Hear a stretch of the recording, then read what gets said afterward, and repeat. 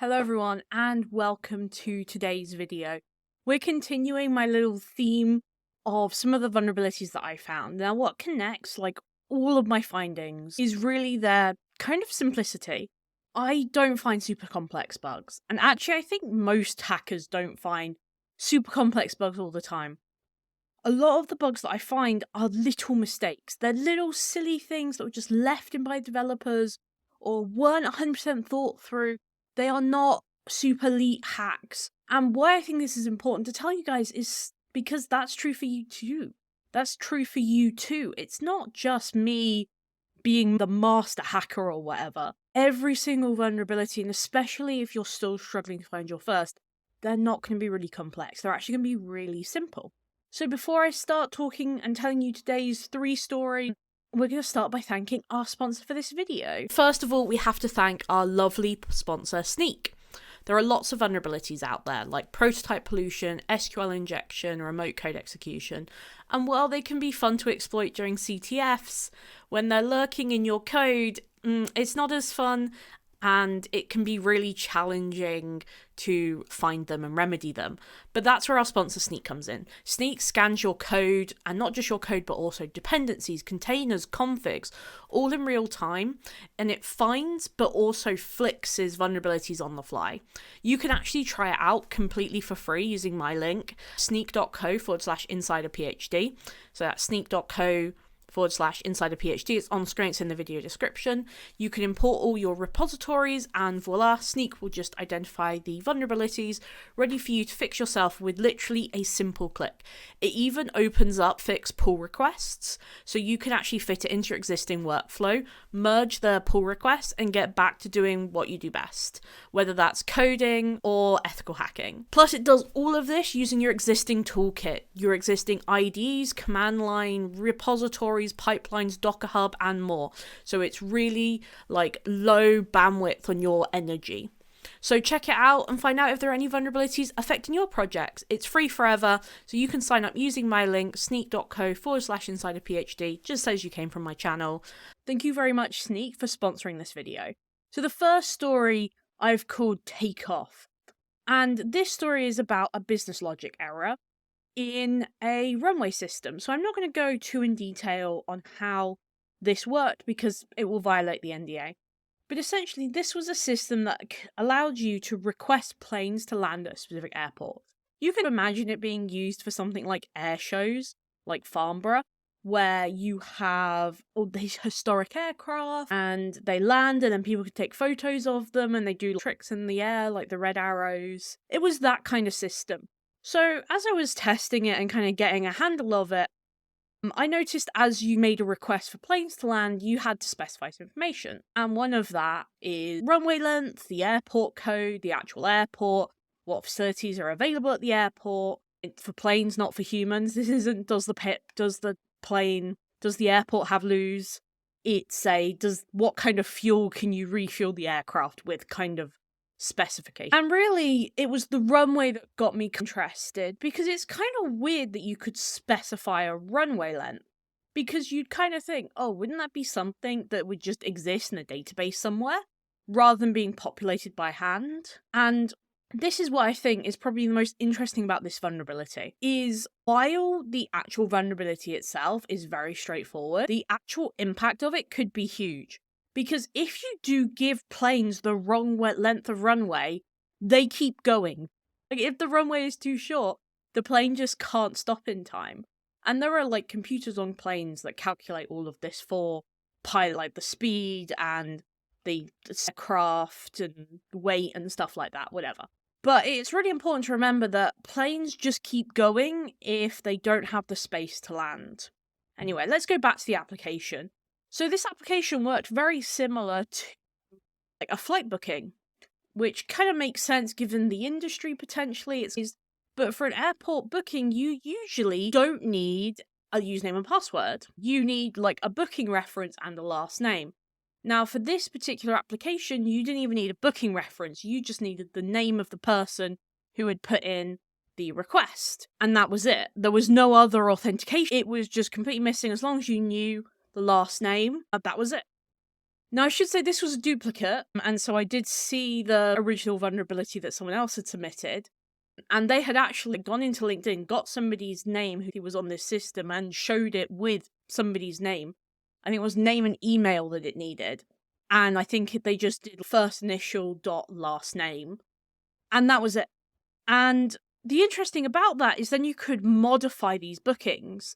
So you could do something like change the runway length. So let's say you say, I know, I have a very long runway, it's a big commercial airport. I can totally land whatever, like 747 big aircraft. And then you get there and it's a tiny little regional airport that's maybe designed for Cessnas, those 1 to 3 people aircraft that are used for flying for fun as a hobby. Because if the plane tried to land there, of course it would go off the edge. And that actually has quite a large impact to human life, right? You could use that to, like, properly crash an aircraft, damage, if it's historical aircraft, that could be literally thousands of dollars to repair it. And there were other things you could change, like the date. But it was really that runway information that really stuck out at me. Because it's a really simple bug. The authentication mechanism was designed to not use a username and password. And probably because when the developers developed it, they didn't want to deal with the headache of having a username and password. Because if you have a username and password, you have to figure out how you're going to store a password, how you're going to store it securely. You need to figure out not just a login, but a register and forgotten password flow. There's quite a lot of overhead to actually making an authentication system, so I completely understand why they didn't. But it's absolutely crazy that they didn't. So that's the first bug. It had no authentication. You could look it up and someone did it on LinkedIn. The second bug I've called pricing. So this is, if you are not looking for this bug, this is the first bug I recommend looking for on any e-commerce, because I've seen it multiple times, and usually in apps like mobile apps. I see it a lot in mobile apps. And this involves the logic behind how a cart total is priced in e-commerce systems. So you can imagine your little e-commerce store. You have a list of products and they have a price attached to it. And then to figure out your costs, so you have 3 dolls. The dolls are £1.60 each. £1.60 times 3 is £4.80. Done. That is the maths. And here you can see it on an actual e-commerce website. This isn't vulnerable. I just picked this e-commerce website at random. You can see here we've got 4 of the red Furbies and 1 of the purple Furbies. The price is calculated going, okay, so the total for 4, 240 quid. The cost of the purple one is 60 quid. And then we'll do some maths around it. However, in some e-commerce systems, you can change that quantity to not just be a minus. You can change that quantity to not just be a positive number, but a negative number. And I'll explain to you how this works. So you have 3 Furbies that are £60 each. If you add 1 purple Furby, but you add -1 of it, you essentially get your 3 Furbies for the price of 2, because it's minus £59.99. And I'll do a bit better here. We have our 3 dolls, so £1.60 each times 3, £4.80. We have 2 bears, but if we tell the application that it's -2 bears, we would expect it to be minus £2.30. When the cart actually calculates the total, it will do £4.80 plus negative £2.30, making our total £2.50. It doesn't really matter if those 2 bears show up or not. If they do, it's a bonus. But if they don't, it kind of doesn't matter. We've still used them to get a discount. Now, there are a few ways this can go in terms of what actually shows up at your door. Maybe the warehouse doesn't actually send out the 2 bears, because you might get 5 items for the price of 3. Maybe they see the negative quantities, they go, that's a bit weird, and then just don't pack the negative quantity. Or maybe you get both. You get both the 3 and then they go, oh, that says -2. It's obviously a typo. It's supposed to be 2. And then you get 2 of the item. It doesn't really matter which one of those outcomes you get, because fundamentally the price is lower. You use those negative items to generate a discount for your cart. And I'm actually really annoyed with myself for this vulnerability because when I found this, I was super new to hacking. I was able to put a negative amount into my cart, but I wasn't able to go through the payment flow. I didn't realize that I could use this to get a discount. And so I never reported that vulnerability and I lost out on a bounty for it because it totally would have been a valid bug if I was maybe a bit more experienced. And this is one of the reasons why I recommend e-commerce so much and these types of bugs and business logic errors, because it does only take you thinking through the logic of something, not super complex hacking skills. Even beginners can find these. So the final bug story I have for you today is pricing part 2. Maths is still hard for developers. So this is again on the e-commerce system. Again, I love hacking e-commerce for business logic. A few years ago, there was this great PDF that was like business logic in e-commerce systems. It went over all the vulnerabilities and I cannot find it again. I've promised you guys it multiple times, but I can't find it again. I'm really sorry. I can't find the PDF. But that had so many good pieces of advice for e-commerce hacking. So again, e-commerce, we have a list of products and their prices. And we make our little order, this time for 4 Furbies and 1 Furby. We're not going to change the price. We're just going to successfully order whatever. Now, if you're on somewhere like Amazon, you'll be able to go into the order details. So you can edit your order, you can add quant, etc. And then you can have predictable IDs. So maybe it's order 1, 2, whatever. Now, the store control will take those IDs and they'll see this different dashboard. They'll see all the orders and what have you. Now, stores will often be able to adjust that. So they'll be able to do the price adjustment, or they'll be able to add a voucher. They'll be able to cancel something because maybe an order isn't available.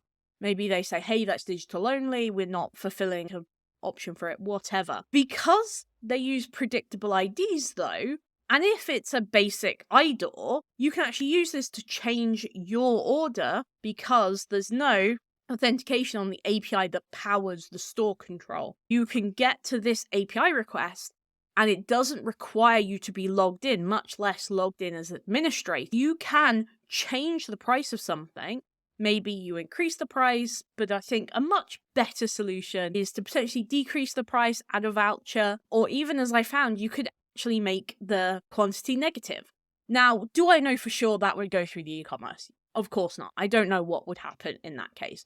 However, I could reduce the order significantly as long as I knew the order ID. And the way a lot of places kind of get around this and help reduce this from happening is they won't use predictable IDs. They'll use UUID. And UUIDs are great if you can't see them. However, if you have made an order, regardless of whether or not it has predictable IDs, obviously with predictable IDs, it's easier. But even if you have an unpredictable ID, you still have access to that ID because that's your order number. So you could change the price of somebody else's order with a predictable ID. With an unpredictable ID, you can't, but you are able to change your order. Or something else that I've seen, again, in this kind of system, is the order IDs are UUIDs, but they appear somewhere else. In a RESTful API, it can mean you have something like an API endpoint that has shipments. That shipment is attached to an order number that you can see when you access the shipment API, but not when you access the order API. And that is my number one tip for if you're hunting for IDORs and you're dealing with UUIDs. See where else those UUIDs are used. And also, can you have some kind of positive outcome for your attacker, like changing their order? Because they will know that ID, and if they can reduce the price, an attacker will do that. So those are my next 3 bug stories. Again, I hope this really demonstrates that actually a lot of these attacks are not super complex. They're not super hard. They don't even require that much technical knowledge. It's more about understanding how all those moving parts come together, how you can start to think about skipping over steps or breaking steps, or whether or not you need those steps in the first place is really important to hacking, far more than having a ton of technical skills. Of course, having technical skills helps. I'm not going to argue there, But I do think that a lot of my vulnerabilities are kind of basic. They're not like going to ever be on the main stage of Def Con or Black Hat. I'm not James Kettle. I find very basic bugs that have been made by very silly mistakes by developers. And you know what? My bounties are not going to be $60,000, $70,000. My bounties are probably going to be between $500 and $1,000, but there's far more of them. So I hope you found that helpful. Let me know if you've enjoyed this video series. I will definitely make some more videos on some of the other vulnerabilities that I found, and hopefully do a bit more inspiration of what you can find.